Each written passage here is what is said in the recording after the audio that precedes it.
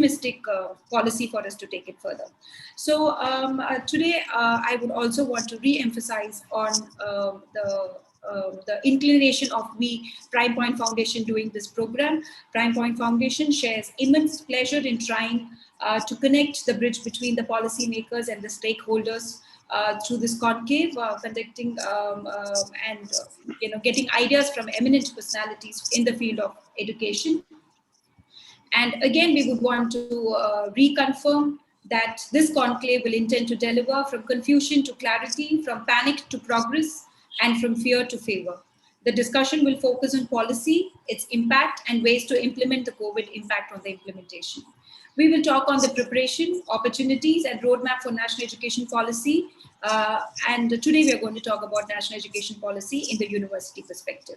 So may I request Professor Dr. Sudarshan from Humanities and Social Sciences, IIT Madras, to share his opening remarks. So before we could hear from Dr. Sudarshan, as we have already shared with you that Prime Point Foundation had given its recommendation to the government of India when this policy was in its initial stages, and wherein two of our initiatives have been, of our recommendations have been directly taken up by the government of India. So Professor Sudarshan has been a very pivotal person in sharing his ideas and his expertise in the field of education, in sharing that and giving us that compilation of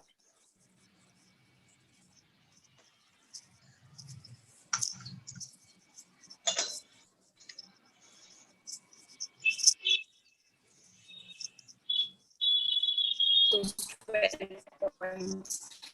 So thank you so much, Dr. Sudarshan, for your... Sudarshan, sir, can we have your opening remarks? Just unmute. Yeah. Thank you very much. So first of all, good evening to Dr. J. Sudarshan, Dr. Tarun, Professor Ramesh, Dr. Maria Zina Johnson, and our mentor, Mr. Srinivasan, Prime Point Srinivasan, has been a moving force behind many of the initiatives which have covered the entire range of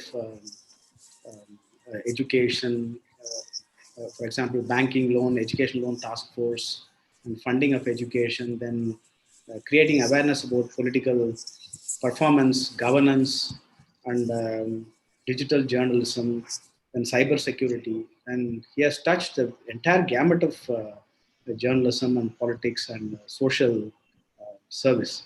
So I first congratulate Professor Mr. Prime Point Srinivasan for actually taking this step and then having us all talk about higher education. And I did work on some of this, just sending a few of the points across to the ministry, but mostly the work was done by Mr. Srinivasan, Professor Jagannathan, many others taking it to the ministry, and then at least including a few of the points in the final NEP. The main thing is when I look at the NEP, we have to have a completely new understanding of what it entails, because thus far from the British system, we have had an education system that has been not student-centered, but more like textbook-centered and probably teacher-centered education system.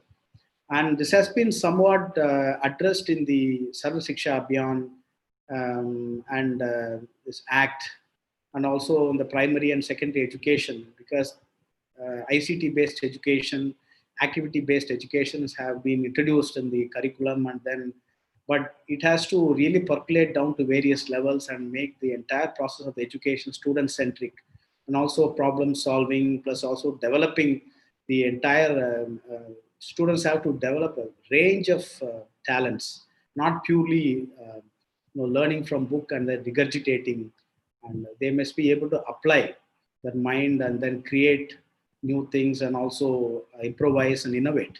And that has been a major problem in terms of how India is perceived as an education market, and also how the Indian students, faculty, researchers are perceived in the European and American systems. So hopefully the NEP will be able to change the perception and also create substantive change and substantive difference to how we are perceived. And from my viewpoint, being in IIT Madras, even though it's one of the most premier institutes in the Indian setting, if not the world, what we find is as more and more students get admitted and the classes become bigger, the quality of delivery of lectures and also participation and the way we can engage with students, everything gets affected. And especially with COVID, and everything has been appended, and we have to think of now online lectures and online engagements, and then so the experimental and technological sciences and field work based studies, all of them have been affected, completely thrown out of gear. So that means we have lost millions and millions and millions of hours of research and development and economy, and so we are facing a huge challenge. So this is probably an opportunity for us, even amongst such a tragedy, such a humongous tragedy, for us to basically pick ourselves up, think afresh, and see how we can benefit the society by using creativity and being more inclusive, equitable, and sustainable in our approach towards making education student oriented, and then problem solving oriented, and also people oriented and society oriented, and also with respect to environmental climate change. So we also look futuristic towards addressing problems of global warming, and then various issues, energy and food security, and environmental pollution, lack of water. So how the major challenge for the NEP is going to be in terms of implementation of what has been discussed in the document. So there are a lot of good ideas there, but ultimately in any policy, implementation is the challenge. And if you look at how NEP envisages a new India, as the Prime Minister has also come up with a new India movement from 2017 to 2022. It is not just the policy that is important, because we have to take people along. It is a massive enterprise. So we have to take people along, get into consensus, get the state governments, private schools. There are many stakeholders. We have to take them together. Then also, financially, we have to do a lot of things, because our investment in education is very minuscule, and how to kind of integrate research into schooling and create. For example, IITs are still struggling. Many of the IITs, IIMs, many of the premier institutes still struggle to get good students for PhD, master's level, because many of the colleges and the standards have gone down. So now we have to work together to improve the colleges along with private institutes, government colleges, aided colleges, and we need to have a completely massive revamp of these. But it's going to take a lot of time and energy and effort, and also it's going to be a lot of challenges, because paradigm shift. This is NEP is a paradigm shift. Paradigm shifts are always going to face huge challenges from people as well as the administrators, politicians, and all stakeholders are going to have some kind of doubts about whether things will work or not. So that is why the central government and the state government, many of the stakeholders and all the stakeholders have to come together and come up with a very clear understanding, and also very clear projection and clear plan in terms of how we are going to achieve the goals that is outlined in the NEP. It's going to be a huge challenge, but I look forward to how the government and the stakeholders and the policy makers and politicians and education leaders, some of whom we have now, how they are going to actually contribute to this major change in the way that India is being looked at, and how India looks at itself, and how we kind of grow towards 21st century, 2050, 2030, how we are going to become a completely different economy, green economy, and eco-friendly economy, and also a kind of smart economy, and where it is also inclusive, equitable, and sustainable. Thank you very much for this opportunity. Thank you, sir. Thank you so much. Actually, that's a very relevant comprehension which you have actually given, because there are a lot of bits and pieces, and sky is the limit when it comes to NEP 2020. So, like, you name the topic and we get some inputs to learn there. So in this, first of all, on behalf of Prime Point Foundation, I would like to welcome our guest of honor, Dr. Maria Jana Johnson, who's the Chancellor of Satyabama Institute of Science and Technology, a deemed to be university. So, ma'am was not able to make it up to our inaugural program, but owing her personal reasons of one of her family, one of her dear ones were not keeping well. But I'm so glad that she could make it up today, and she wanted to be with us and then give a quick brief on her perspective over NEP with the universities. So before we could take ma'am on board, so there is a quick brief which I would want to give about Dr. Maria Gina Johnson. She is a revolutionary educationist who has a great vision for redefining the education system. She has initiated ANBU Foundation, under which more than 1,000 students are benefited with full scholarships every year. She offers skill development courses for government school children under My Saturday University Initiative, a fun-loving education program. Dr. Johnson is associated with World Vision Support My School project and has adopted 15 panchayat schools and 7 villages for all-round development. She has introduced vocational courses free of cost for the school dropouts and rural youth for their upliftment. My Happiness is one of her initiative launched by the Honorable President of India during the WHO World Health Day Summit 2017 that aims to identify children with depression and support their mental health problems. She has established JPR IAS Academy for preparing students for civil services and conducting free coaching for about thousands aspiring students every year. She was active in launching the first successful student satellite, Satyabama Sat, developed by and designed by staff of students of Satyabama, launched in ISRO with other 19 satellites in 2016. In recognition of her services, she was selected as one of the top 12 women transforming India by Niti Aayog and UN in India. She was honored by the Honorable President, being one of 100 impactful women of India. And now we have Dr. Maria Gina Johnson to talk on NEP and their influence in the university. Ma'am, over to you.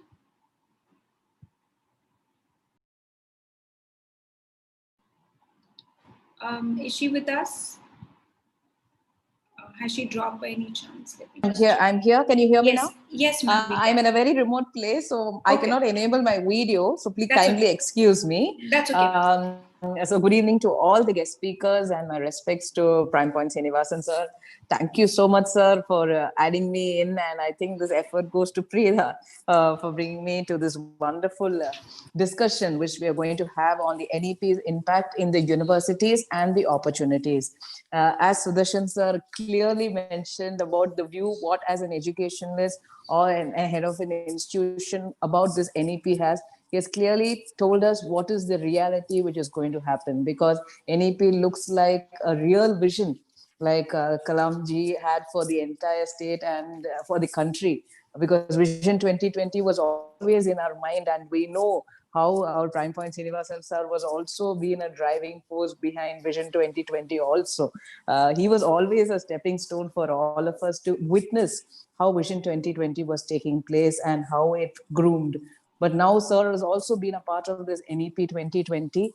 And if it comes to university, I'm really happy at certain things which they have framed for the universities as such, where a student will not be able to be a dropout. Because even if he finishes it any year or he's not able to continue his education, he's coming out with a certification course or a diploma course, which definitely is the need for a student who is in an economically down, he's not declined and he's not able to continue his education. I love that point in that NEP because it emphasizes that student takes up a job even and he never becomes a dropout. So that I would definitely like to, it looks like a bright star in the NEP for the universities as such. And the second thing is, the collaborations between the foreign universities for research as well as for education. Because today everything is online. I don't know if this pandemic has become a lesson for all of us. Today, anybody is online, anybody is reached out, anybody is able to address students from any part of the world. That is definitely something we are learning, which is new to only our country, because we see students who are taking up online education abroad. To say even my own daughter is stuck up abroad. She is not here with me now during this pandemic. I have never seen her for this past nearly 9 to 10 months. But her education there is definitely very well connected. She is having lectures throughout the globe, and that is being transferred as credits to whatever course she is doing there. So when seeing that NEP, it definitely brings that out of that, as Sir clearly said, it is student centric. That is what the real vision of Kalamji was, because Kalam sir always dreamt that anything for the student, if the country develops, then definitely that country will be a developed country. Because when we develop anything in benefit for the student, because student education is definitely, as we know, for a nation, the education of a student, the curriculum or whatever he studies, what he studies in that 4 years is definitely going to define the next 40 years of his life. So this NEP definitely, is deciding, and it paves way for him that he never becomes a dropout. Come on, he is skilled throughout, because Skilling India we have, Make in India we have, all these has already paved the way for this NEP even before it took place. So I'm really happy that this has become a great opportunity. But as Sir said, this COVID has put a big break. Everything is in papers, and we are all watching, like everybody, like when this is getting into place. Because as for NEP in school studies, the only thing which I emphasized was the infrastructure should be uniform throughout the schools. For universities it is not a problem, because we definitely have this online education and research facilities already in place. In most of the institutions there is research going on, publications going on. So it's a good thing. But only one thing what I feel is, the school teachers should also be taken binded, and they should be also taking classes in universities. School, university, industry should be also well connected, because when there's a good, there will be good school teachers, good government teachers, they can also be utilized in universities. Good university teachers, they can be used in industries. Industry people can be used in the educational purpose, as well as we can be connected throughout the world. So like everybody, I'm definitely looking forward to this NEP 2020. And the great nomenclature change is also being mentioned, because in India we have a deemed university, we are referred as deemed university or an autonomous institution. But when you see all over the world, it's just the word university. I think NEP is also emphasized on the name change also. So that also is definitely the need of the hour. So as all of you, we are all wishing that this NEP comes into place. And because whatever the government does, it should be very quick, because within a year there are so many students passing out in the country. So there should not be even one, we should act as a, like an army. It should be very fast that this NEP should come into place. And like institutions like Prime Point and Sir's guidance, that we see that each of the every student is skilled and is ready for the industry. And we pray that all goes fine, and this pandemic will definitely be a great lesson. I think we are already into online education, so I think bringing NEP into place will definitely not be we are very near. So I wish that everything goes on fine, and thank you so much, and all the very best to the guest speakers today. Thank you, sir. Thank you. Thank you, ma'am. Thanks a lot. I know you're hard pressed with time, but you have really been kind enough to take out time for this conclave. And you had always been a strength and support to Prime Point Foundation, be it Yes, for yes, Sansad ma'am. Ratna Awards, or you're one such person, apart from, having this good zeal of getting education on board. You also have that good zeal of getting good people, to take care of the democracy. So you're one of those active people who have that good vision for a better India. Thank you so much for being with us today, Thank and you. we Thank you, really, ma'am. very obliged with your gesture of coming to us, talking to us. Thank you so much, ma'am. Thank you. Thank you, ma'am. Thank you, ma'am. Thank you.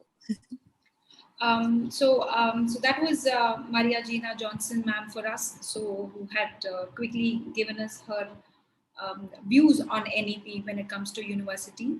I just had a message from Professor Tarun Arora that one of his cousins has, he's just expired and he need to leave the forum. In fact, I requested him not to be with us today, having such a situation, but he had been really kind enough because he wanted to share a few of his points. So having the grief behind, so he's just in front of us. So I, with permission from Alexander sir, so if I could request Tarun Arora to take up, so that he would want to finish and then take a move to go back to the cremation place. Please, sir, please take. So before when I taking Dr. Tarun Arora on, so let me give a quick introduction of him. So Professor Dr. Tarun Arora, Dean, School of Legal Studies, Central University of Punjab, Certified Master Trainer on Biodiversity Law, UNDP, and life member in Indian Institute of Public Administration. He has been a nodal officer of National Youth Parliament, Central University of Punjab, and he is one person who has been very, very actively involved in developing skill sets when it comes to student community. So, and he has also done a lot of research in comparing NEP, which is in standard with the Sustainable Development Goals, which not much of us have an idea that we are in line with the Sustainable Development Goals. Over to you, sir.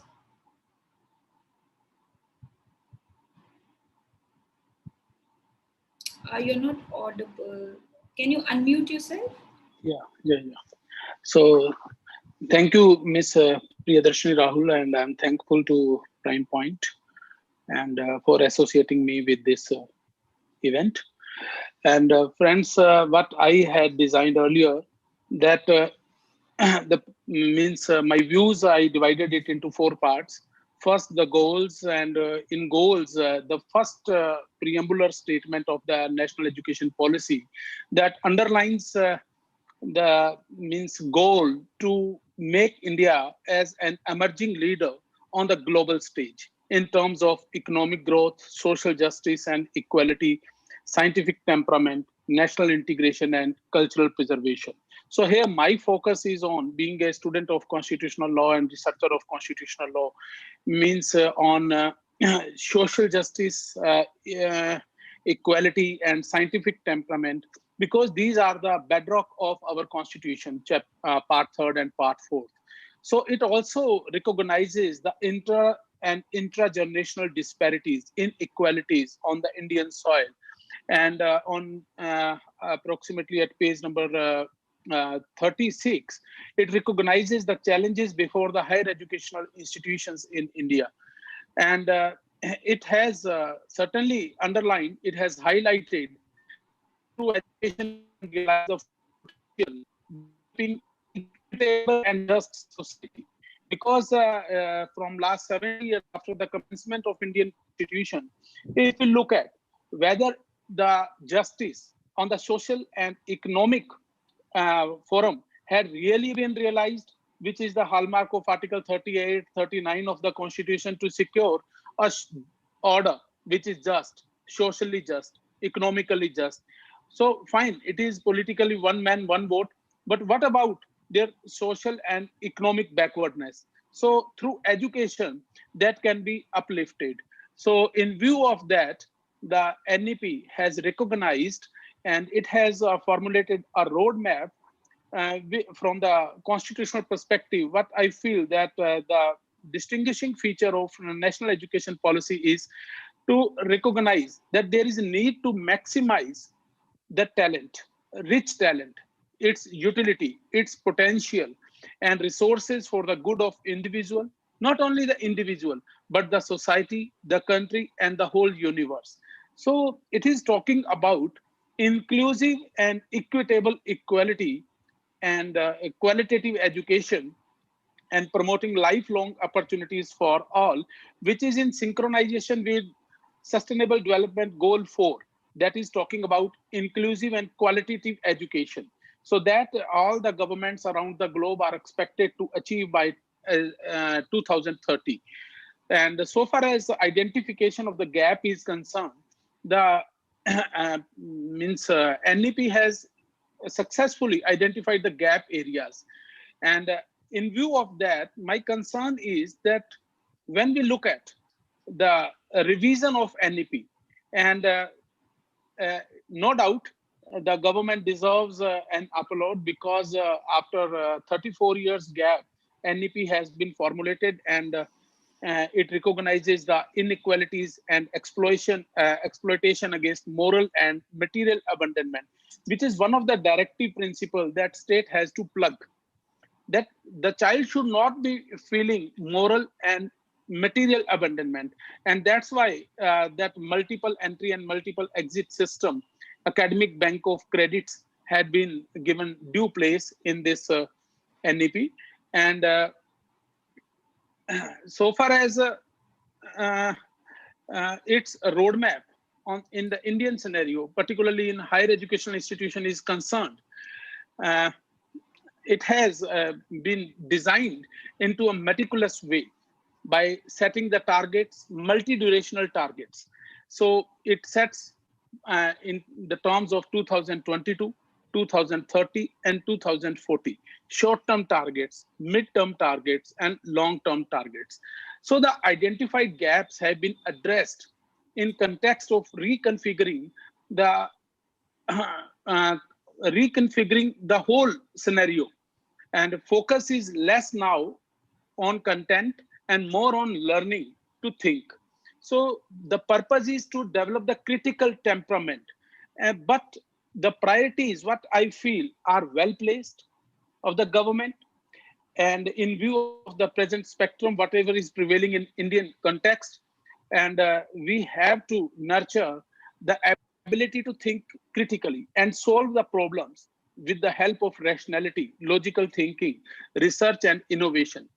And so far as in this roadmap, uh, pedagogical tools have been explained, and if it talks about experiential learning, holistic integrated inquiry, and inquisitive driven, discovery and action oriented, learner centric, that madam and before me, two speakers have already pointed out that it is learner centric, and not only learner centric, but it is also taking the things in holistic perspective, as the capacity building measures, not only for the teachers or the researchers, but also for the educational administrators, have also been given the due recognition that there is need to build the capacity of all the stakeholders. So regarding value-based domain, national education policy does mention of character building, ethics, rationality, compassion and caring, and self-dependent.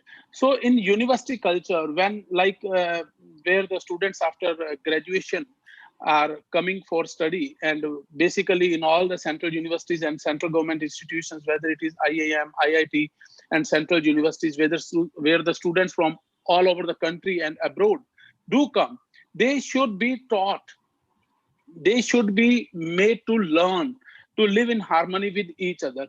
It is not only the thing that the constitution is being taught only in the classroom, but in reality, the practice, there is a difference. So in order to remove the gap between theory and practice, and to ensure the universalization of education, democratization of education, and in consonance with the principle 4 of SDG.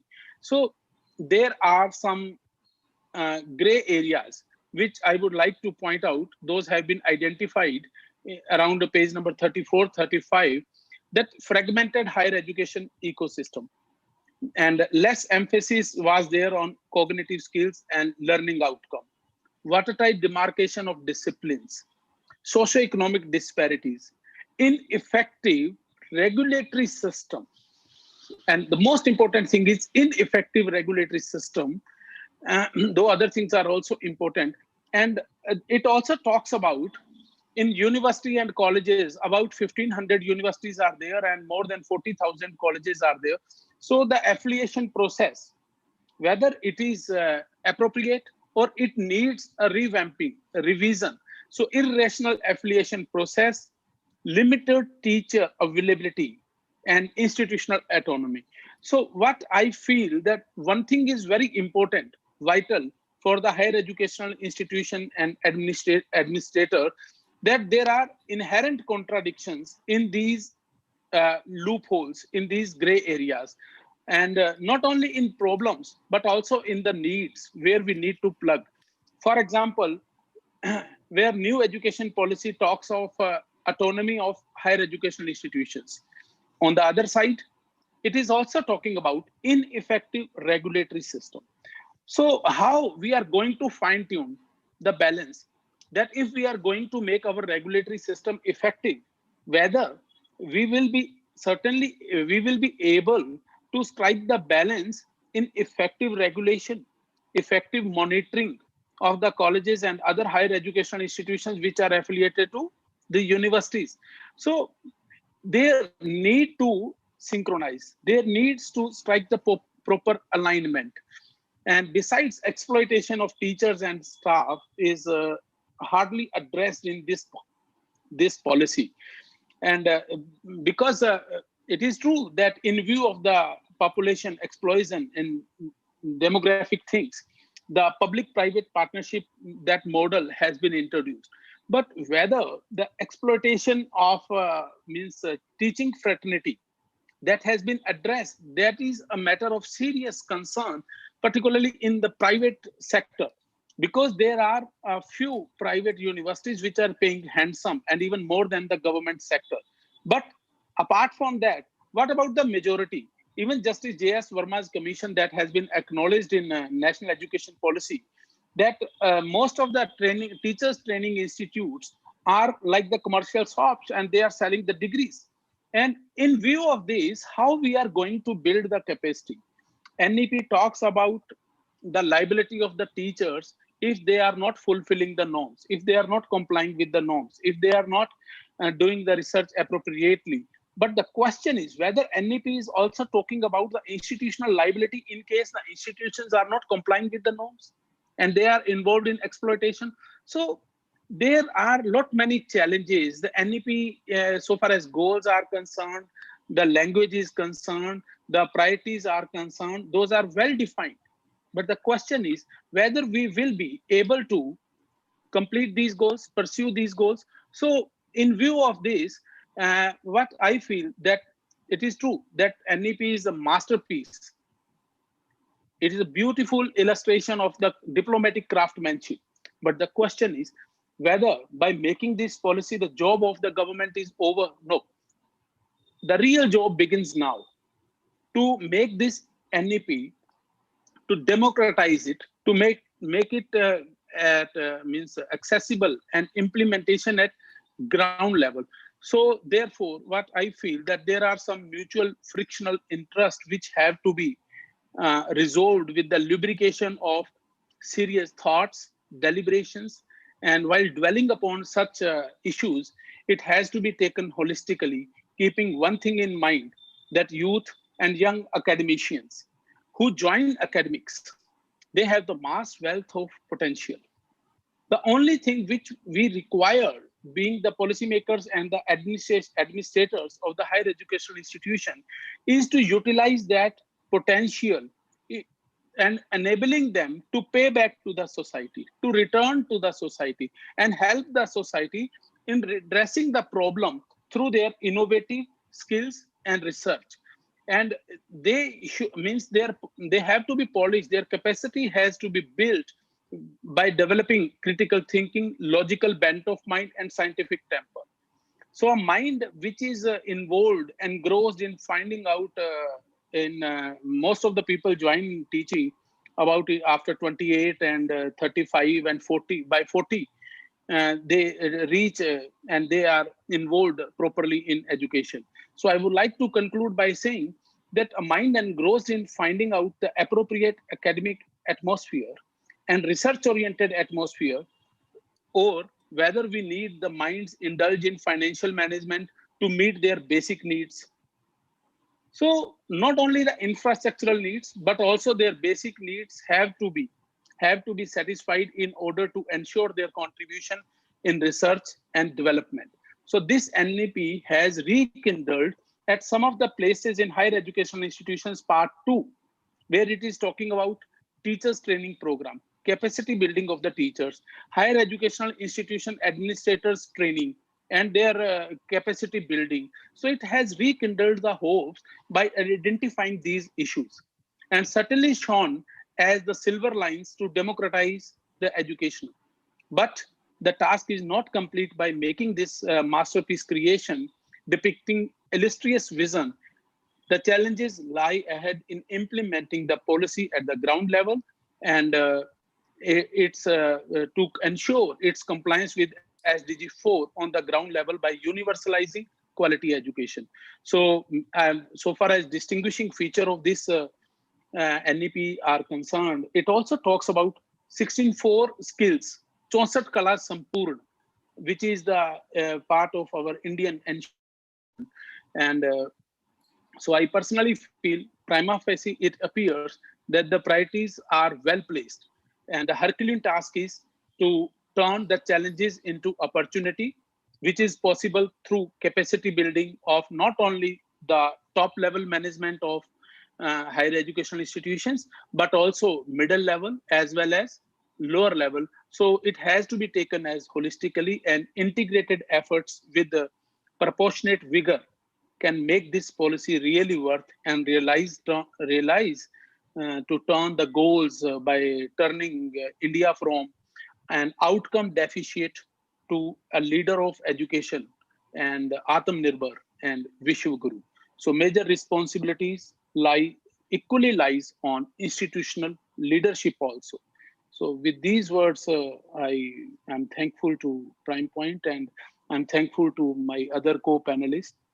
And I would be happy if there would be any query that can be addressed to me through email, because I would beg your leave with the folding hands, sir, to leave. Thank you so much for being with us. So we really appreciate, your mental strength of being with us today and in delivering it with such a spirit. And thank you so much. We are really obliged and sorry for the news which we had heard.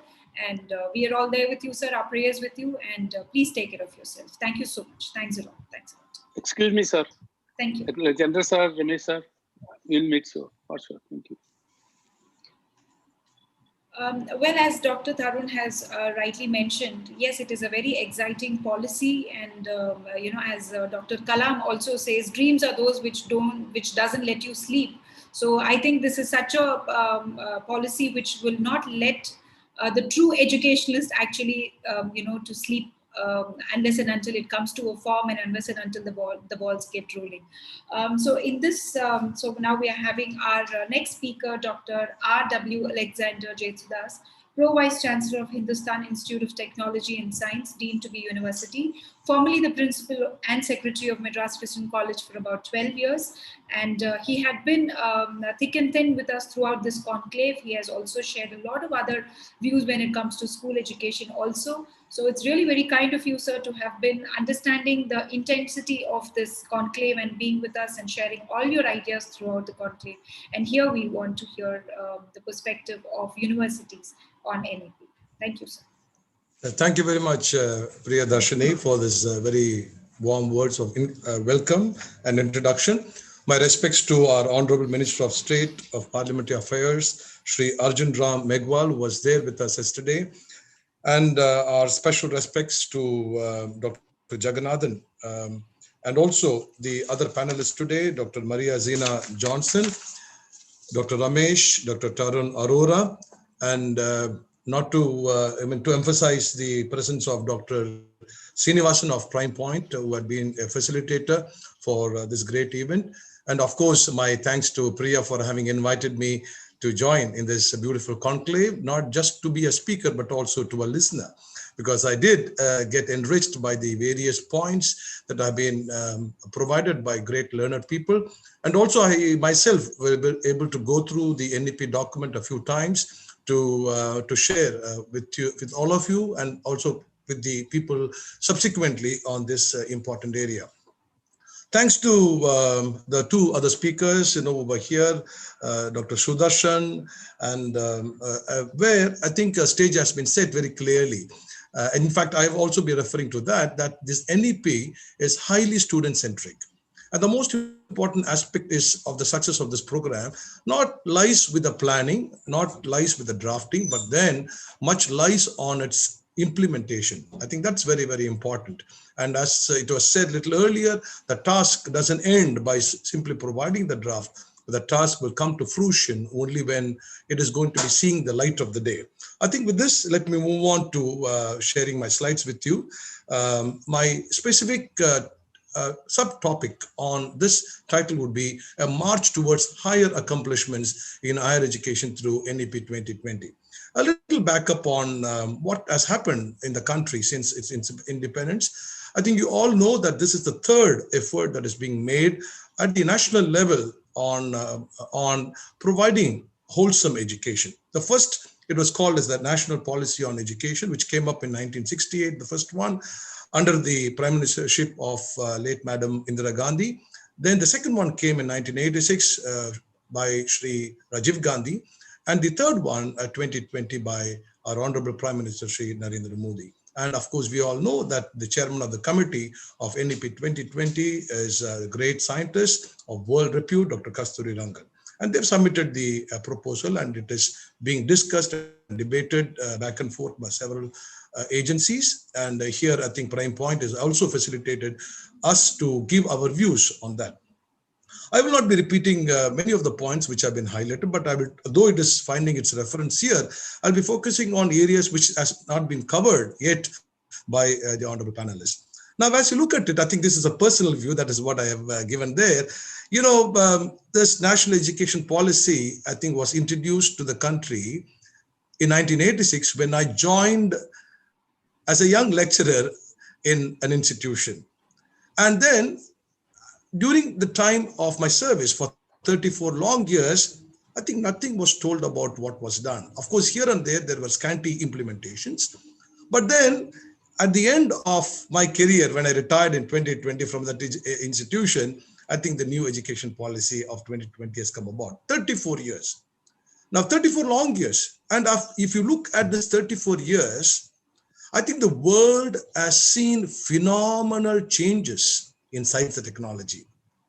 Never before, I think this pace of development, this kind of quality enhancement, new technologies, new gadgets, new equipment has come about. And therefore, we are at a time when we are discussing something about how exactly we could harness the best of things that have come through science and technology development. And that is what I think is going to be there on our table today.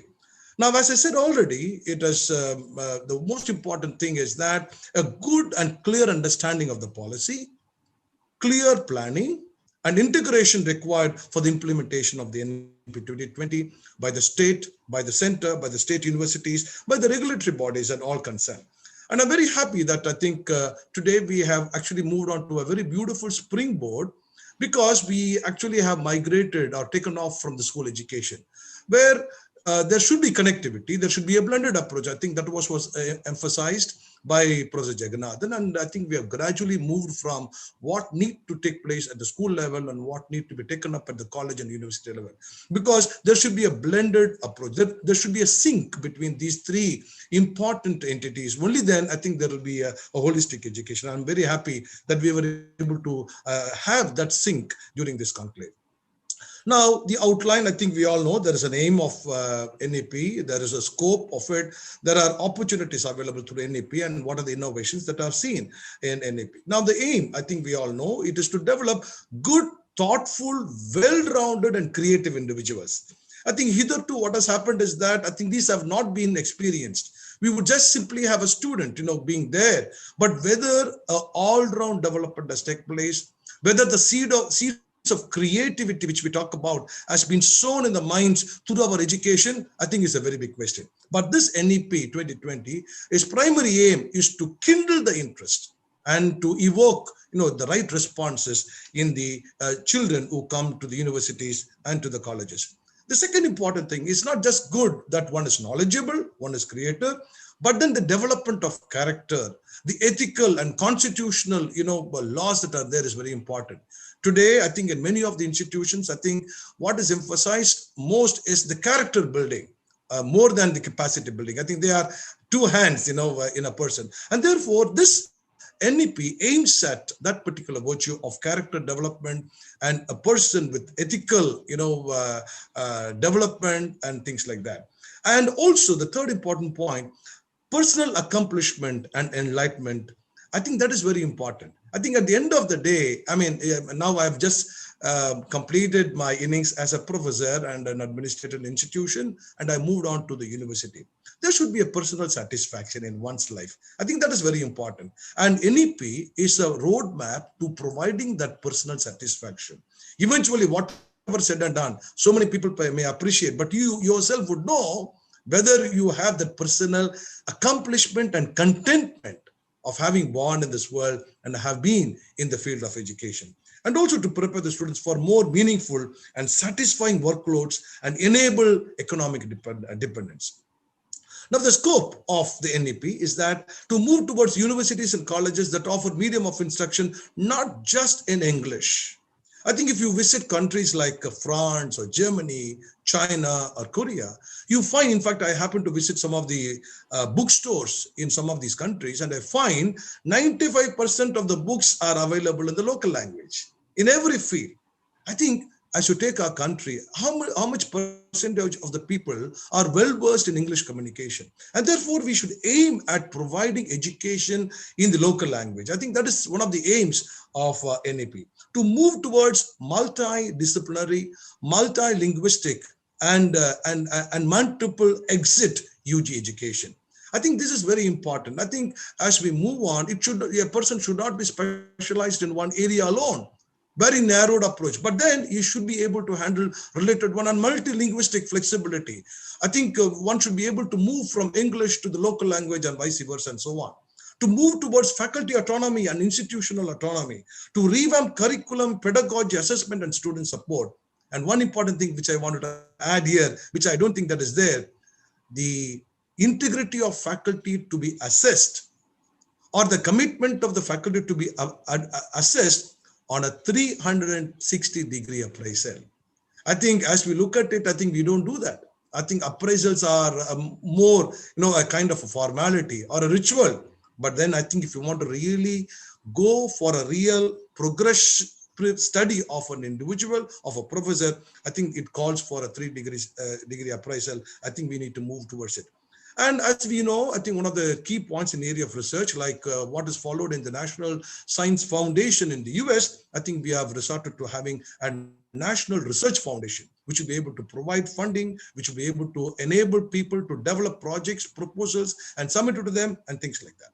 And eventually, what is more important, to have light but tight regulation of a single regulator for higher education. I think we should not be interested in loading knowledge or information.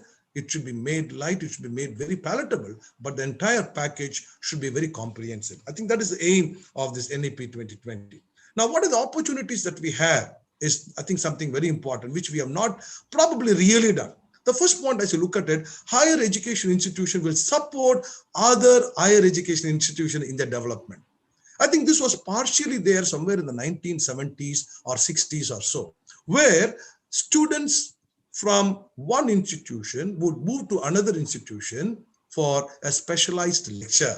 For example, a student from Presidency College would come to Madras Christian College to have a lecture in a particular department on a particular. But as time progresses, I think some of these practices have been dispensed with for reasons well known. I think today we are called to have good connections between our institutions. Institution in a particular zone need to handhold each other, need to support each other. If A is having a specialization in one particular area, A should share with B and B with C and so on. I think that is something very important, not only in terms of sharing, it brings about fellowship, it brings about friendship, it brings about a culture of oneness, that we are all together in the mission of providing quality education to our students. The second important area that I think we also have tried to capitalize in Hindustan is the open distance learning. In fact, we are at the moment got clearance for 2 important postgraduate programs. We are going to be venturing into it, so that many colleges, many universities would make this available, through online to all of the people who will not be able to otherwise come to the institution to take these programs. As I said already, we are moving towards a vibrant, multidisciplinary, multilingual flexibility to incorporate more vocational subjects and soft skills. In fact, I've been there in the institution where in the year 1993-94, the UGC first introduced the vocational stream. I know what the fate of them. Then again in 2014, they introduced the vocational stream. But then what mostly happens is that it is all probably dropped off, or probably it is more theoretical. But what is aimed at today through the NEP is to provide maximum internship, maximum exposure to skill-based development. Our Prime Minister often emphasizes there should be speed, there should be skill.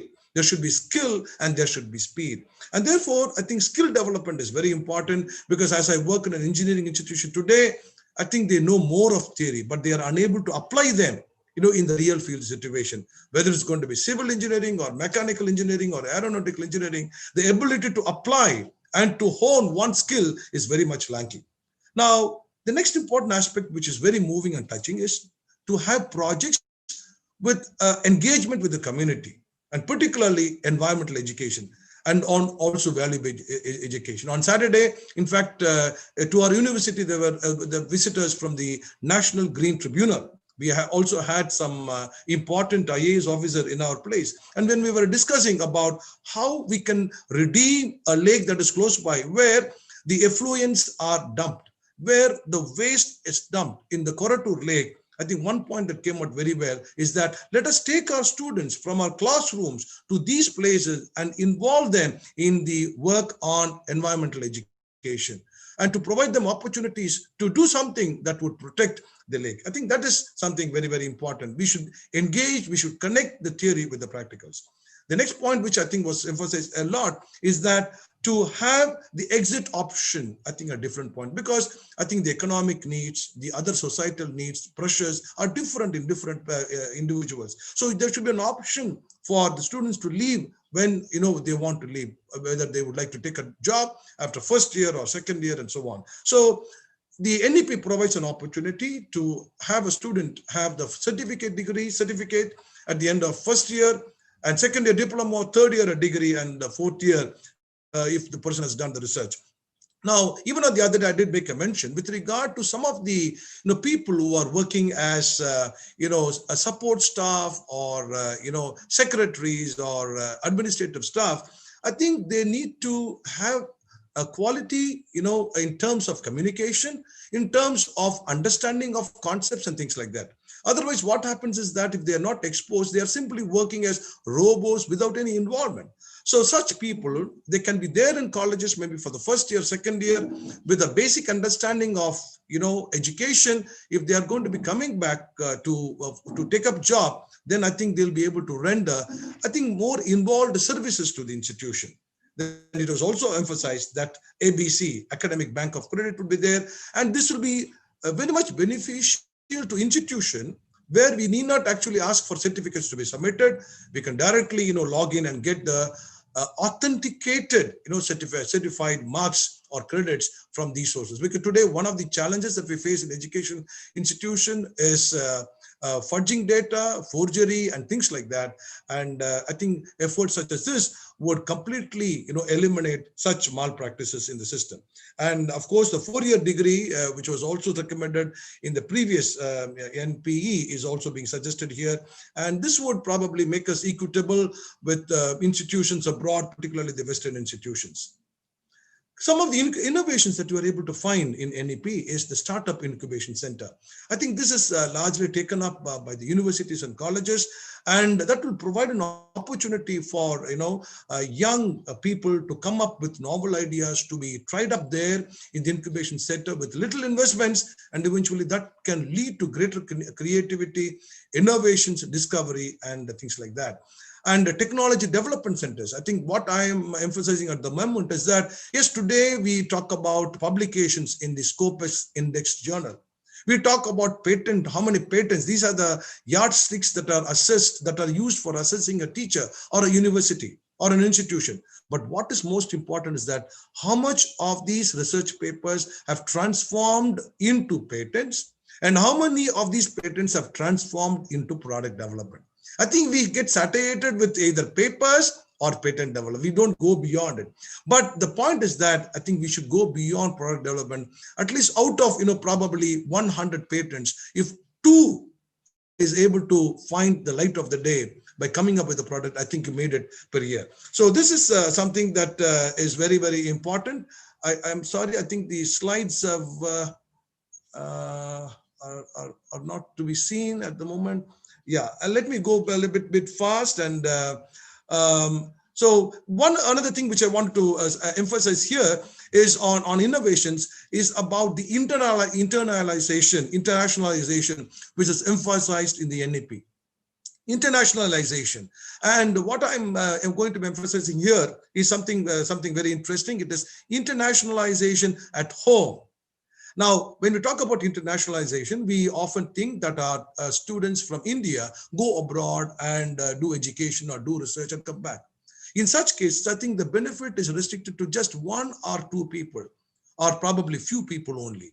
But then, if the concept of internationalization at home is going to be implemented, what happens is that many foreign students can come and work here, can learn here, and by that, I think the home institution, which is going to be hosting these foreign students, would be the beneficiary of the expertise and knowledge and the skills that is going to be brought in by these foreign students. Now, pandemic has been very, very handy in implementing the internationalization at home. The point is that we are able to organize webinars, conferences, international conferences with international speakers, and they are able to speak from there in the home country, and at home, hundreds and thousands of people or students are benefited at one point in time. That is something very, very interesting. That is a benefit of the pandemic that we have experienced. The next important thing is that as people come home, international students come home, they are encouraged to have what you call as the homestay, by which I think they go beyond the boundaries of education. They're able to have a good understanding of the culture of the place, the food of the place, the tradition of the place, and therefore that is to provide a holistic, education or comprehensive development to the individual.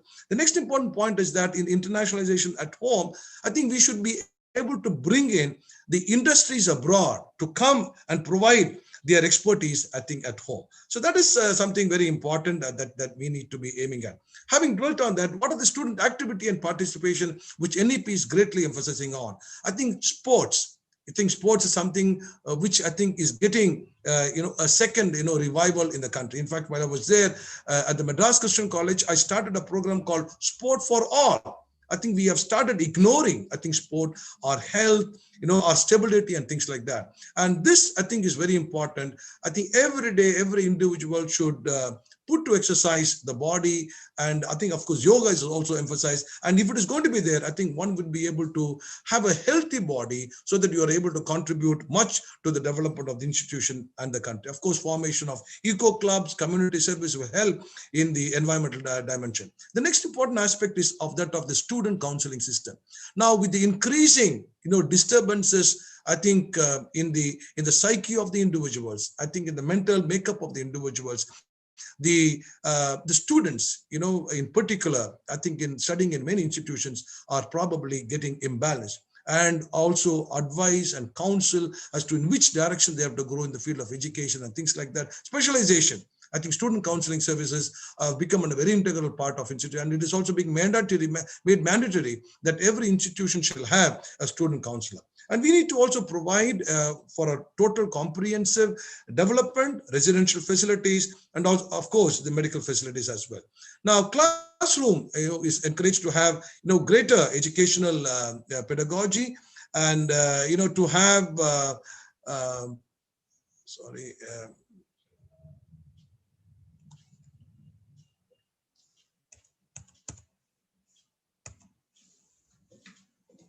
there is some hiccup here.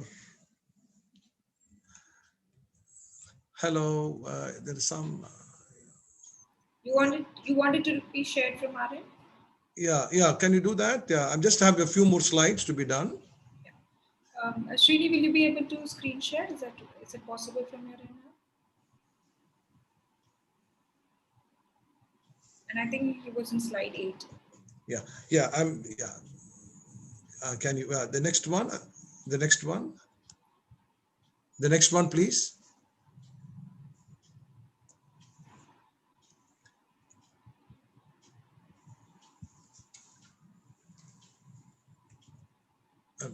Yeah, yeah, yeah. Of course, the next one. This I think I've completed. Uh, yeah. Yeah, this also gives mobility between the students who are doing general education to move towards vocational education and vice versa. And that is something very important, because sometimes we find that the people who are doing vocational education are looked down. But by this syncing of the general education with the vocational education, it gives room for compatibility of those who are doing general education and vocational education, and also each of them get an experience of knowledge in each of their fields. The next slide, I think, would dwell on, maybe may I have the next one, please? Yeah. Now, I think India is a country. It's a very very it's a country where the number of languages are too many, and I think we have not really emphasized. I think the kind of strength that we have in our languages, being not only old but rich in their culture and so on, and therefore there is a concerted effort to have all Indian languages, especially Sanskrit, to be strengthened, all languages in India and their associated arts and culture to be documented, because there is tremendous culture that is tagged on to the language, whether it is going to be Sanskrit or Hindi or Telugu or Malayalam or Tamil. I think there's immense, or any language, or Bengali. I think you have got a very rich culture entwined with the language, and we are very happy that NEP is laying emphasis on that. May I go to the next slide, please?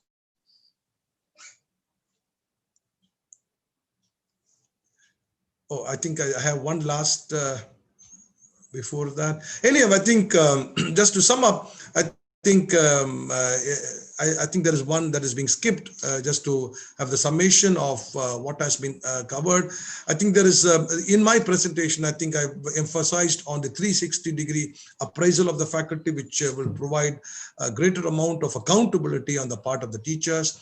The one aspect that I've emphasized is on the internationalization at home, and also the other facets that have been dealt with, I think, throughout my presentation. And I'm very thankful to Prime Foundation for having Prime Point Foundation for having taken this initiative. And I'm very happy that already two of the points which they have suggested is finding its place in the NEP 2020. I'm sure also the outcomes of conclave such as this would and the recommendations would be taken cognizance of by the policymakers. And I think the success comes, I think, when the implementation is done, with the fullest possible extent. Thank you once again, Priya, and thank you for all other panelists who have been patiently listening to this presentation, and also the other viewers. Thank you very much. Thank you, sir. Thank you so much. In fact, and Jai Hind. I should say it was one of the most extensive, and it was like attending a session on understanding NEP for universities. And you couldn't have made it more clearer and more thoughtful. Thank you so much. And it was very, very important for most of us to understand few critical points which you have raised, such as internationalization, which not much of us had an idea about what they were talking there. Thank you so much, sir. Thank you so much for your time and your presentation. And in fact, we've got so many questions to be raised to both of you. So before that, if we could have Professor G. Ramesh from IIM Bangalore. So before I give you a brief introduction about Ramesh sir. So Ramesh sir is one person who's been associated with Prime Point Foundation and its initiative for quite some time. And we just had a certificate program for NGPL, which is Next Gen Political Leaders. We did a certificate program to train the younger politicians or younger aspiring politicians who want to take up politics as one of their careers. And Ramesh sir had been really kind enough to be on the board of studies, give us ideas about how to take it forward, and he has always been a pillar of strength to us. And thank you so much, sir, for being with us today. And with a quick brief about Professor G. Ramesh, is presently a professor at the Center for Public Policy at the Indian Institute of Management, Bangalore. He's a fellow of the Indian Institute of Management, Ahmedabad. He joined the Indian Economic Service in 1980. His research, and was there for a brief period of time. His research interests are in the areas of public policy, governance, and regulation, with dominant interest in banking, urban infrastructure, smart city. He likes mentoring technology startups. He has board positions and membership in the committees of center and state governments.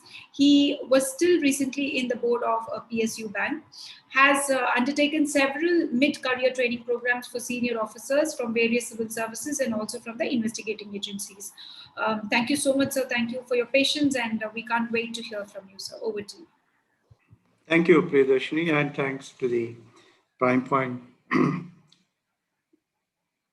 So, I mean, we had a very comprehensive presentation. So what I'll do is that I will sort of cover a few salient points and then just answer, so that in the implementation, basically implementation sometimes translates to FAQs, and then how do you really going to solve these problems? It's really about how do you concretize policies, or how do you go beyond the hyperboles? You know, you'll say, I want cognitive skills, I want multidisciplinary, and also how do you really ensure that these things, I mean, happen? So this is really about translating policy into concrete, and then and with roadmap.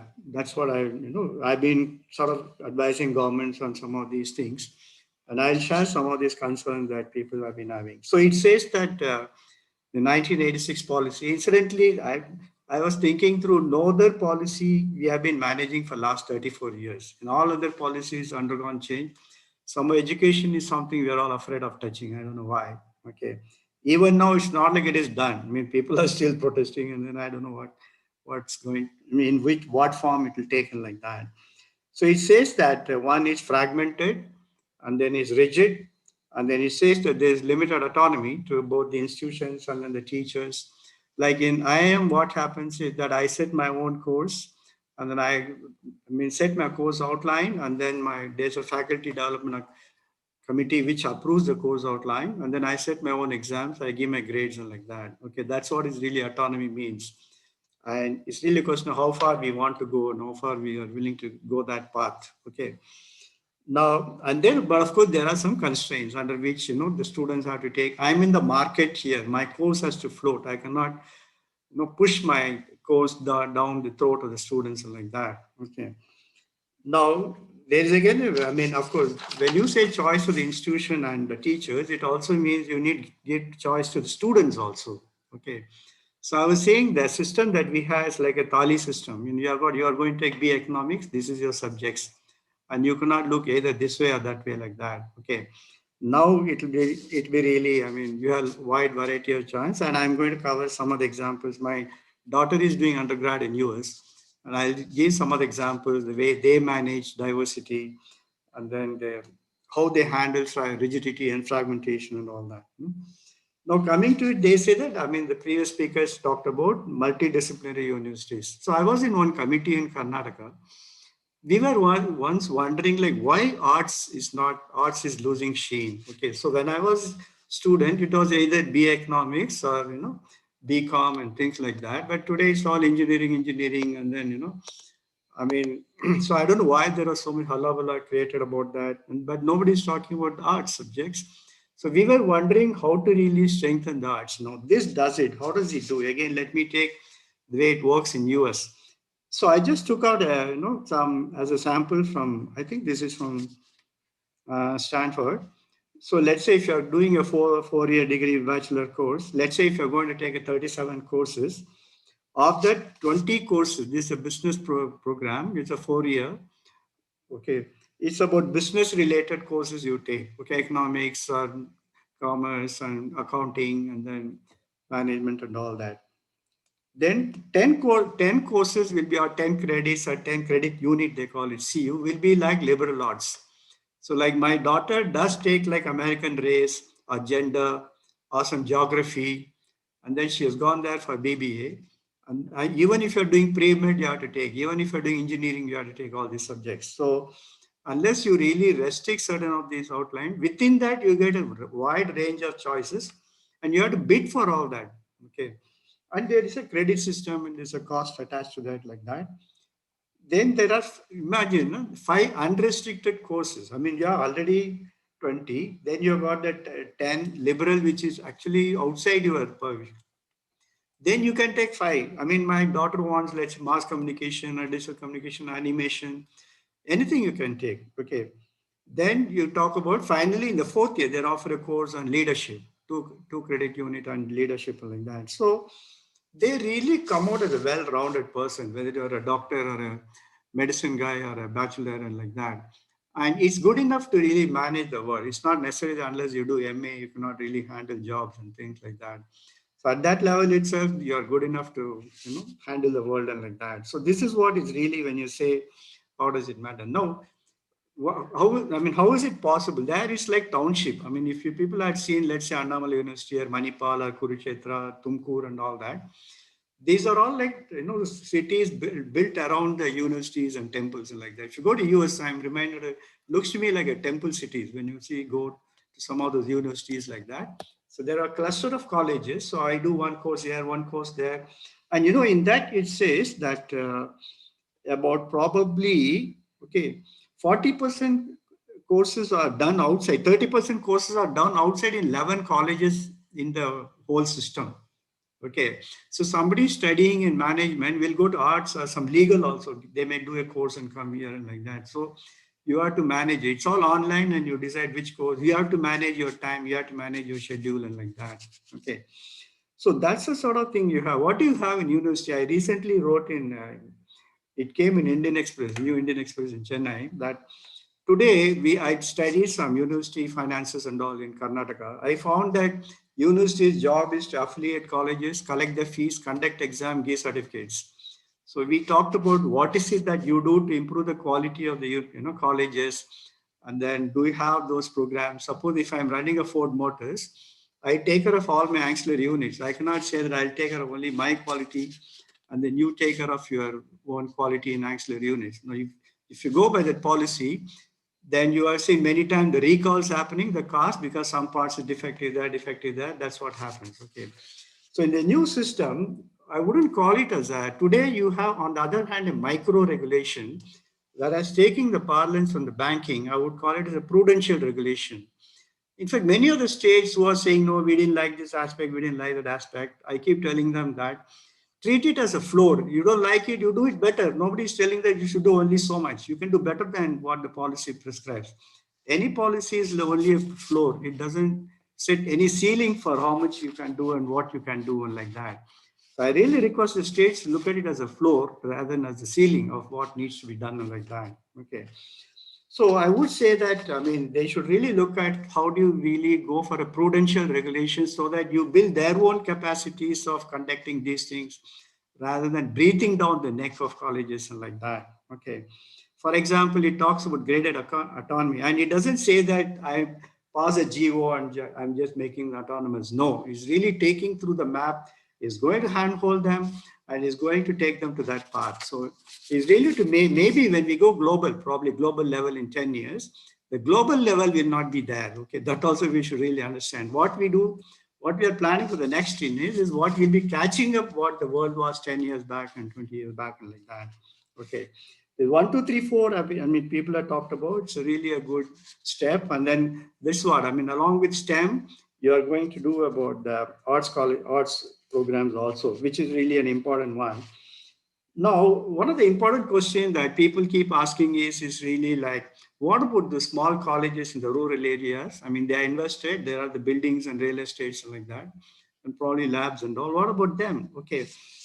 So the thing is like, we cannot make policy to fit the existing players. Okay, it never happened. I mean, sometimes some people have to churn or they have to find new vocations for themselves.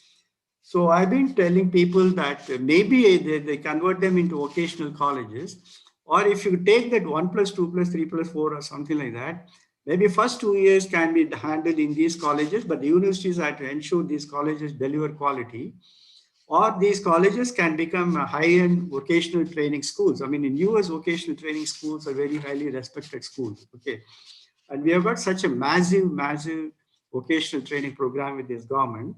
This is a very good opportunity to really jump to that schools, and then you can do. So it may be Apex University with a, I call it like hub and spoke model. So all the colleges affiliate to that. And this is the university's responsibility to ensure that those colleges come up the scale and they meet the quality. And this is something really very important about the small scale, colleges and like that. Another important thing is whenever people say that this is something, especially in the Tamil Nadu debate, I keep saying, Oh, no, no, students will suffer. They won't be able to rise up to that. Can they take this exam? Can they go up to that? You read those things as basically saying, listen, we cannot deliver those things. Instead of saying we cannot deliver those things, the institutions and then teachers say that students cannot rise up to that level. Okay. I have to revamp my pedagogy of teaching. Okay. That's the problem there. For example, cognitive skills everybody speaks about. My daughter, I used to look at her questions just for curiosity. She can never take any question just taking something from the book and putting it. She has to really think for every question and write something. And that will be her, that is her own. That is why US universities are very confident of conducting remote exams like that. They say you do whatever you want, okay, because they know that it will be reflected in the, because they know how she participates in the class, they know how she can write, and they know what she is writing, her understanding level. If she produces, let's say, super paper, then you know that probably there is something there. Okay, so it's all cognitive skills. There is nothing that you can really pick it up from the book and then just reply. There will be something, but you have to really add your own stuff to that. For example, one question was, take a YouTube video of earthquake in Japan and then write your takes on what it is about and your own learnings and things like that. So pedagogy has to improve drastically. One pedagogy which, Professor Alexander and all were talking is the online one, how we are really modifying now. Now we have to go a long way into many other ways and like that, and that's going to be a big time. So the quality, how it's going to be controlled is pedagogy is one. Now they are saying you conduct your exams, but it will be evaluated and like that. Ultimately, I'll tell you something. Suppose I'm running university, I pass everybody. Market is there to check you. Okay, tomorrow the placement time, the guys will come, they don't find you fit, you are not taken. Next 2 years down the line, your admissions will show up if you don't really keep up with the quality. Okay. So there is a market correction also happening, which is what is happening now in the engineering colleges. Okay, if you don't plan properly and like that. So the way forward will be more to a self-regulation rather than, let's say, the micro-regulation, a self-regulation in conjunction with prudential regulation, like a bank. Okay, so they set you the ceiling, they set you the floor, and you manage within this band. That's what will really happen. And market will take care. If the people still think that they are smart, this market will take care. Okay. And some of the things is talking like model universities. Then I was thinking of, already one we are protesting in Tamil Nadu. Okay. So they are saying that we'll have model universities like Navodaya, we'll have model universities, which can be emulating from others. For example, today, if I put one course outline on the net, there are many other MBA, teachers, they download, they look at it, they talk to me, and then they ask for materials and all that. We even put our PowerPoints. So this is the way we really try to, create, this one. Another thing I'm saying that there'll be shared resources, like Professor was saying, there'll be a good teacher. In fact, I already told them, I said, if there's a good teacher in Mysore University, he can lecture a Gulbarga University students, okay? It's all online today. I'm saying even post-Corona, I'm saying, this I suggested 5 years back when nobody had even anticipated Corona like that. Today, what happens in university, especially in government universities, there's one head of the department, he reserves a room for him. He takes 2 sessions in 1 week in the whole room, okay, and then it's locked up. It's like the center court of Wimbledon. That's how they really treat it. If it is the head of the department room and like that, okay. And another thing, I think Professor Alexander's talked about, you need educational leadership. It's not very easy. The ministry, they keep saying that, we need to really build. There are so many schools and 20 IIMs, 20 IITs, and then from there further it peters down. Okay. So all these things have to be really done. And then teaching quality, I'm saying these are sort of the risk, if I'm really saying. And another problem today is that everything is now with the state. You cannot blame center for anything, the quality or promotion or investments and everything. So the onus is on them. That's why they have to be really more, upcoming. And I would say that this is the sort of, the points that I wanted to really cover. It really opens up. It really prepares you for a global school. And in fact, we are now trying to collaborate, for example, here IISc and IMHANS or other schools to see if we can have an exchange of credits like that.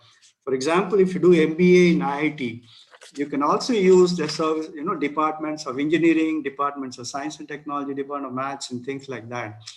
But unfortunately, even that much is not happening today, like transfer of credits and exchanges and things like that. we had a very good time. We are in a great comfort zone. It's going to be really, we're going to upset all the apple carts. That's why you see all the responses and reactions like that. But it will happen, And there are many of us which we should keep nudging, pushing the actors so that it really happens. Yeah, thank you for really the Yes, sir. Thank you so much. In fact, as you rightly said, when it's a paradigm shift, I think it should be more revolutionary in the right perspective of it. You have to really strive hard to get the next level of excellence in your country, because education is the basic of everything which a country is going to possess for today and for tomorrow. Completely by your point, sir. Thank you so much for your enlightening points. So we've got many questions, so I would request quick answers from both of you so that we don't miss out on any. And these questions are majorly picked up from people who who are not very open to NEP coming up. So I wanted to be a devil's advocate here, giving you these questions, because it will answer those people coming from the experts. So the first question, if I may ask about to Alexander, sir. Sir, there is a topic about this local language, education. So local language, how will the person be sold globally? That's a question, because usually English is considered to be one of the most efficient language of communication. So now, given that condition where even you have told us not much of the percentage of pass out students get to have the fluency in English. So making local language as one of their source of means of teaching. So will that not hamper their fluency in education? Yeah, I think that's a very good question. My point is that when there is greater, terrain for an individual to work and serve in your own motherland, where probably you could use your local language, why to think about English? I mean, if only there is a scarcity or a limitation of a work area, one need to think about it. So I'm sure that if one is able to learn the subject in the local language, one would be able to apply in the local language. I'm sure, I think the country is so large that I think one would be able to serve, in the best way possible. Of course, it is also suggested that if it is going to be, the local language is going to be topped with, with of course the common language, I think the whole world is going to be having. I think that will be enabling the person to articulate well and to navigate further wherever the person wants to probably serve. So if I can just, rephrase it, your point of saying is it is very important for the person to first understand the concept rather understanding the means of communication. Yeah. So if he understands the concept, it is easier for him to communicate in any language possible. The crux of it. Yeah. Yes, sir. I get that. Thank you so much. And Professor Ramesh, if I may ask you about again the same multilingual teaching, because you're in down south, you may be knowing about the language issue which is happening there. But when you're going to teach them in your local language, there may be students who are coming up from other states. For example, there may be somebody coming from Bihar. Say if it's going to be taught in Karnataka, so you're going to talk in Kannada. So how will the student from Bihar catch up with the studies there? So is it not limiting us to not cross the borders for education? No, I'm not so much in consonance with this. Okay, so I don't want, see, the point is that even in Europe, where you are saying, like a lot of Indian students go and study there, and we look for colleges which have courses in English, and then how we can do. Even in Europe, when they move from one country to other country, they do have problems. Okay, and if a Swedish guy studies only in Sweden, yes, he's able to manage. I would say that probably, like, the morning I was doing another webinar and like that. Maybe up to undergraduate level, what you call as BA is undergraduate. So maybe you can have, but maybe as you go up, you may have to go to the English, and because there's a lot of literature one may miss out if I really stick to, and then really get myself some international publications and all that. I may lose the race and like that. And we haven't had an advantage. So yes, we will have a problem in the sense I've been outside Tamil Nadu for the last 35 years, different, at least 5-6 states I have stayed. And imagine each state I learn a language, then I'll be restricted to only Tamil Nadu if I really go that way. So I think that's a balance one has to strike. Maybe you give the option to the person in Tamil Nadu itself. If you want to go to the Tamil stream, you go through that. you're open to English, Yeah, then I you think do that. the policy is flexible that way, sir, because it hasn't actually given Impose anything. airtight. Exactly, it's This not policy airtight. basically doesn't, in fact, I keep saying this has more freedom than any other That's what, previous in fact, policy. yesterday we were having discussion with the school as well. So they were bubbling with energy about this policy. They were all very excited about it. Right, sir? I buy that point. And now that we have Sudarshan, sir, with us, so can you just take one question about this exit program, which has actually come up in NEP, which says that students can exit at any point in time and then, can take up their, if they want to go to work, they can take up a profession from there. So will this not increase the dropout rates? Will this not, motivate students to drop out? If it's not going to have, see, end of the day, students are going to be in their teenage or early 20s. So they may not be very serious about their life. Actually, see, there are flip side to any policy, but see, some of these policies are actually based on the experience in the Western countries. See, our bachelor's program is only 3 years. For example, in the US, it is 4 years. And they are very flexible. There are community colleges where you enter for 2 years. Then after that, you go for a bachelor's program because the AA program they have for community colleges. It's called a AA degree. So I think even community colleges were tried earlier in India. I don't know whether they succeeded or not. So there are lots of ways that you can make education flexible. And see, our system is more like you become a clerk, then you become a head clerk, then you become a chief clerk, then you become the entire life you become only becoming a better clerk than being a leader. So in this system, the students are supposed to think for themselves. See, when even IITs or IIMs or whatever, in India, basically the parents actually do more work than the students because the parents want the students to be in IIT or IIMs than the students themselves.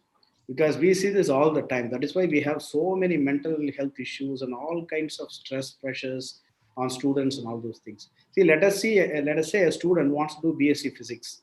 It's a 4-year program, let us, for example. Then after 2 years, that person wants to do 1 year in arts or want to do movies or go for advertisement or do something, sports casting, whatever they want to do. And the flexibility, they will always come back and then they'll be better off for that. So they'll be better in terms of their employability, in terms of knowledge, in terms of worldly wiseness. Many of these things really work. So flexibility with some kind of a direction. See, that is very important because most students will not just say, I'm just going to go out of and take the exit option. But as I think counseling is one of the main things that is mentioned, not only educational counseling, but also mental health counseling, psychological counseling, all those things. So counseling is very important because in Indian context, counseling absolutely plays no role because when I studied in the US, I know we used to arrange counseling even in the Students of India Association, not just the institute's counseling for students, what to do.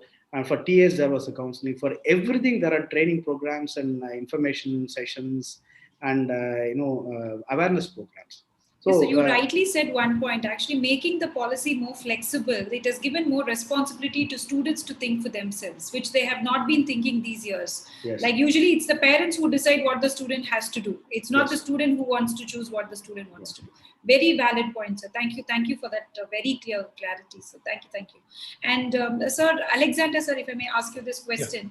Yeah. Sir, usually schools are the source for the character development for any child. It is the school which develops the child's character. So similarly, it's a university or the college which actually gives the skill set or gives the survival and the sustenance of the individual throughout their life. In fact, the college plays a very crucial role when it comes to employability. It gives an identity to the person in public. So do you think the universities of what we have today and the colleges of what we have today is set enough to take such a big challenge of taking NEP 2020, making it so flexible? No, I think the institutions, I think you're referring to, like colleges or universities, I think are preparing themselves. It's not that they are in isolation, they are in full understanding.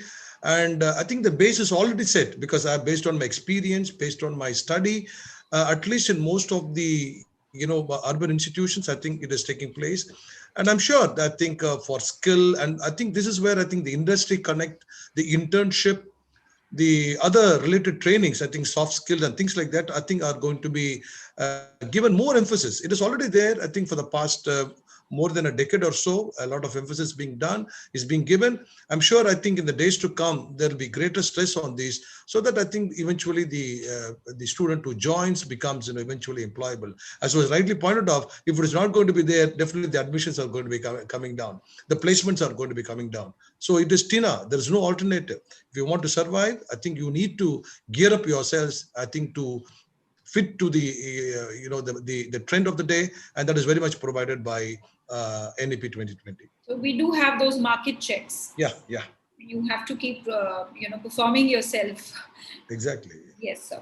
So one question to Ramesh sir, and after that probably we will have the conclusion remarks. Ramesh sir, how about the impact on GRE, TOEFL, and other overseas education post this NEP coming in place? So how do you see that, the performance level of students? In fact, I see it this way: the guy who want to go will go, but we'll be able to attract foreign students. Okay. Which is where, in fact, increasingly the IITs and IIMs are really looking at. Okay. Because the guys who can afford to go will go. The guy who want to go will go. Like I send my own daughter and like that. But so I think that's a very desirable situation. I mean, we'll also be attracting foreign students from other countries, and that will be very desirable question.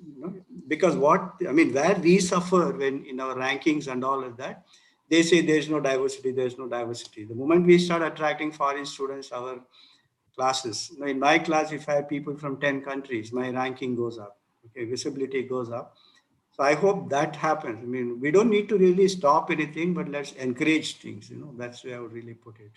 Okay. Encouraging international students to come to India to study. Exactly. Yeah, it will happen. I mean, we are actively doing that, and executive programs is happening.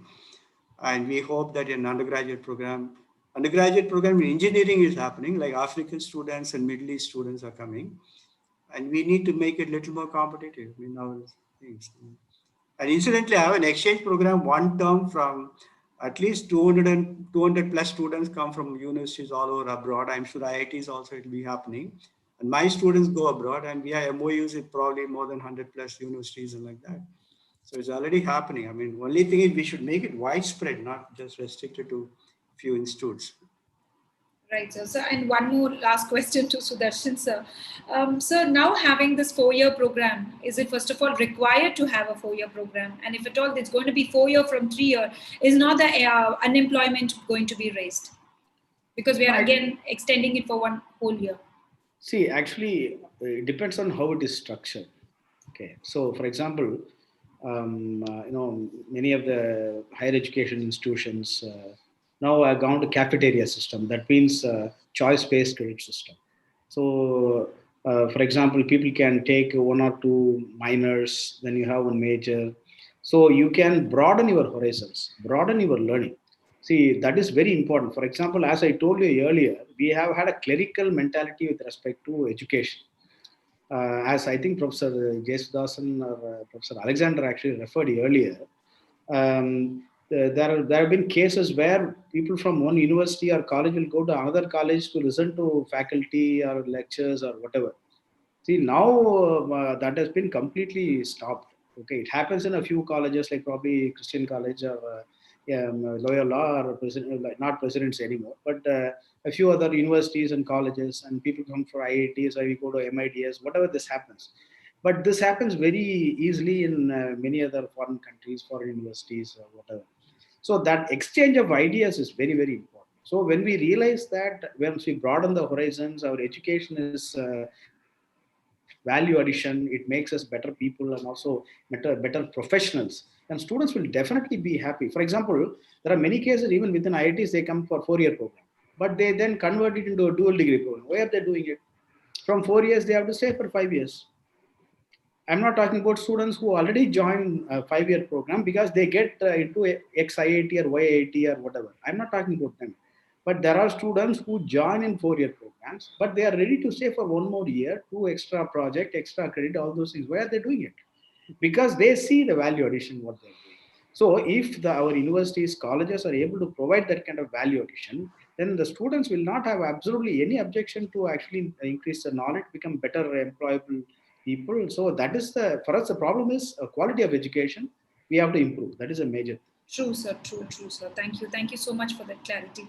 And so now it has been wonderful hearing, both of you, sir, giving a beautiful understanding about NEP. And thank you, Sudarshan, sir, for plugging in to answer a few questions which were raised. And thank you so much to both of you, sir. And can we have the concluding remarks from Dr. Alexander, please?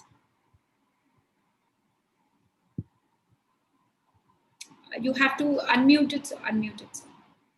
Yeah, you want me to do it? I think you asked, you want me to conclude it? Yes, sir. Yeah, fine. We can just conclude it. Yeah, I think it has been, I think from, Sunday, we have been into the inaugural program, and then I think we had it on the school education, and today we had it on university and colleges, and what NEP has got to offer.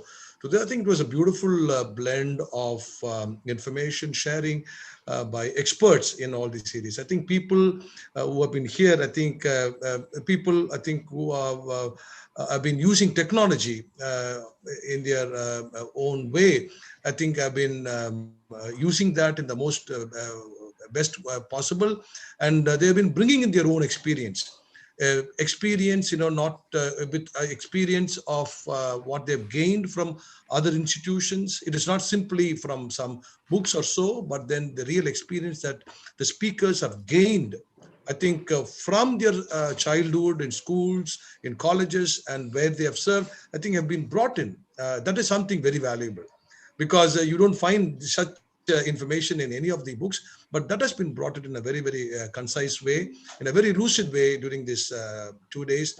And I'm sure, I think it would have benefited all the listeners who have plugged in into this program.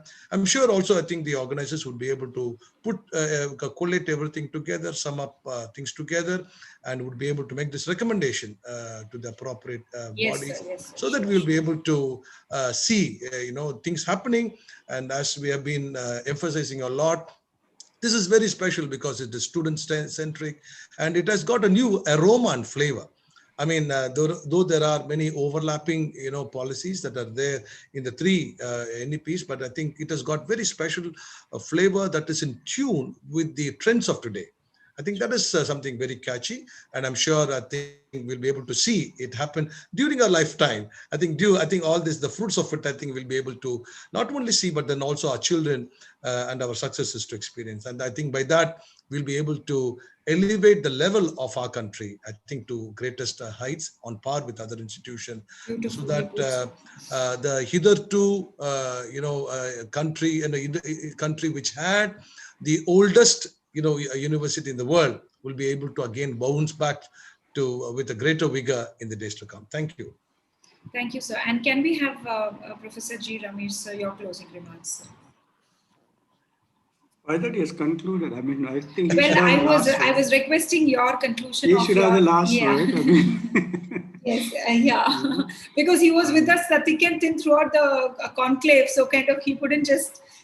He was with us right from day one, and he has been supporting us extensively. So kind of he gave a comprehensive understanding. Yes, sir. Please. I think, people like him should really, canvass with the government and lobby, and then give them the confidence that, it's doable, it's in the interest of the education.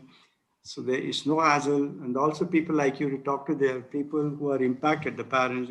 It really requires large scale, canvassing, and then generating conviction among people, so that nobody feels it's imposed or something like that.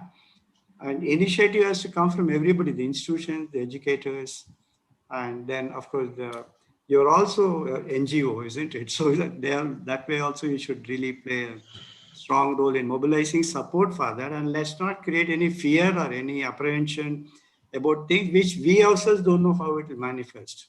Okay, let's try to concretize and get clarity rather than confuse things, and then make it really, more than complex than what it is, and like that. That's what I would really say.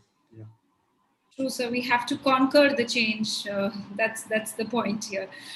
Thank you so much, sir. So before we have the vote of thanks from Mr. Ravi Senthil Kumar, I would request um, Srinivas Gopal to come on screen. So he is our technical support who has been helping us back end, who has ensured that all of us are connected for this long and we could have such a intense and value-based talking. Thank you, Srinivas. Thank you so much for helping us back in.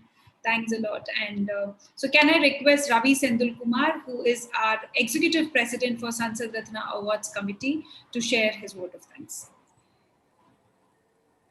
Thank you, Priya. It's been a good evening to all dignitaries and participants. The last 3 days, it's been a fantastic session. And we thank our Honorable Minister of State, Parliamentary Affairs, Sri Arjun Ram Mewalji, for taking time to inaugurate the conclave on first day. We are very happy to have eminent speakers such as Sri Ravi Mathur, former CEO, GS1 India, Dr. Maria Gina Johnson, Chancellor, Satyabama Institute of Science and Technology, deemed to be University, Dr. Jagannathan, Provost, St. Teresa University, West Indies, Dr. Amita Mullah Vatal, Principal, Springdale Schools, New Delhi, Sri Ashok Pandey, Director, Alcon International and Public Schools, New Delhi, and today's panelist, Dr. Alexander Jesudasan, Pro Vice Chancellor, Hindustan Institute of Technology and Science, and our former principal of Madras Christian College, Chennai. So we are happy to say that. And Professor Sri G. Ramesh, Center for Public Policy, IIM Bangalore. It's been a fantastic, inputs from you, sir. And our professor, in-house professor, I would say, our Sudarshan Padmanabhan, sir, from IIT Chennai. Thank you, professors, for sharing your thoughts with us today. And thank all the eminent speakers for joining us on this conclave and giving a different perspective to the NEP 2020, Understanding the Right Way. We would like to we also thank our associate partners, Presence, ELTF, Next Gen Political Leaders, and our knowledge partners, Satyabama Institute of Science and Technology, deemed to be University, and Madras Management Association, MMA. NEP 2020 conclave has brought different perspectives and views from eminent thinkers and academicians. It has cleared many doubts of stakeholders and general public. NEP will make our country much more effective and bring our talent of our students and help build a better India. Last but not the least, we thank Prime Point Srinivasan for organizing this event, and Priyadashini for moderating the session very effectively and beautifully. Thank you all for joining us today and all through 3 days. Thank you. Thank you, Mr. Ravi Senthil Kumar. And on behalf of Prime Point Foundation and on behalf of Prime Point Srinivasan, sir, we all thank you so much for being with us for all the 3 days. Hope this session was informative to you all. Hope this conclave could have had a slightest of impact to understand what NEP 2020 is and how promising is it going to be, and how important is your support to NEP will build a new India tomorrow, which is going to have an international standards and which will place India in the top performing countries worldwide. So NEP, yes, it is very important for each one of the states to understand the implementation, and yes, it has got much of flexibilities in it, but we would only request not to kill this policy just like 1968 and 86, which had just come and just gone with not much of big differences. But I'm sure this is going to be a paradigm shift. With on behalf of Prime Point Foundation, we kind of request each one of the educationists and the policymakers to come in hand and make this policy a very successful policy. Thank you so much on behalf of Prime Point Foundation. Thank you, everyone.